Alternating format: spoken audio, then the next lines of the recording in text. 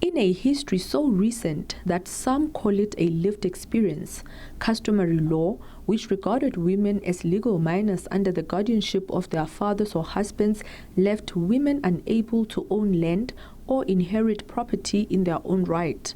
The Black Administration Act of 1927 further entrenched inequality by allowing urban housing registration and land permits to be issued only to men recognized as heads of households. Many women had to acquire houses through their husbands or sometimes under the embarrassing conditions of bringing their own sons. And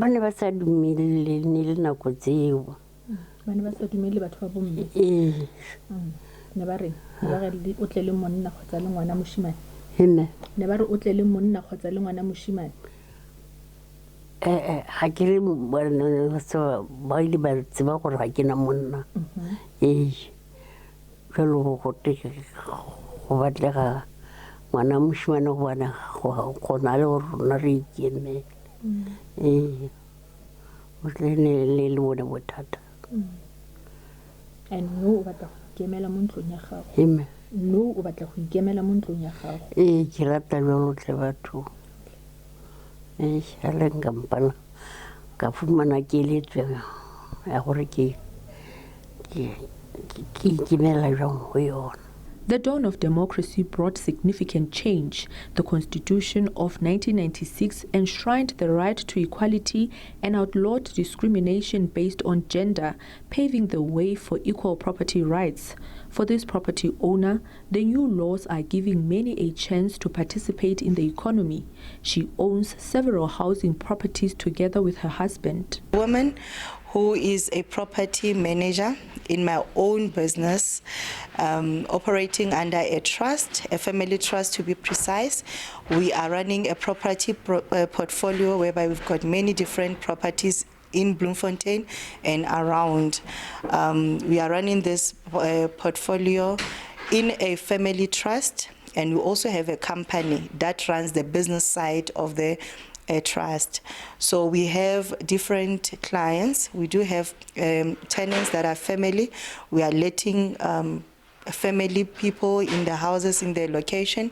We also have our main business is actually student accommodations. Real estate agency owner Annette Kasselman says women of all races were victims of discrimination.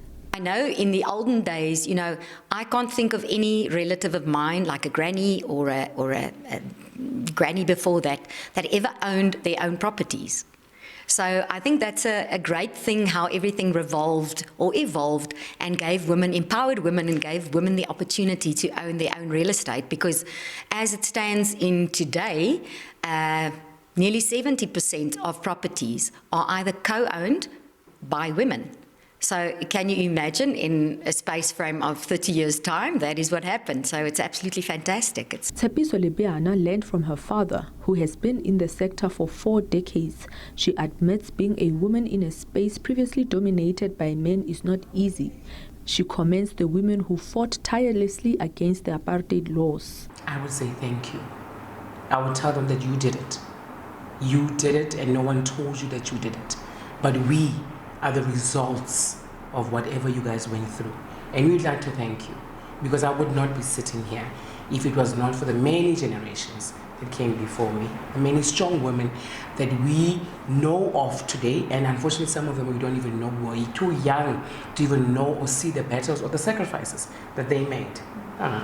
In 2018, the Constitutional Court struck down an apartheid-era provision that automatically favored men over women in the allocation of title deeds, further strengthening women's property rights in South Africa.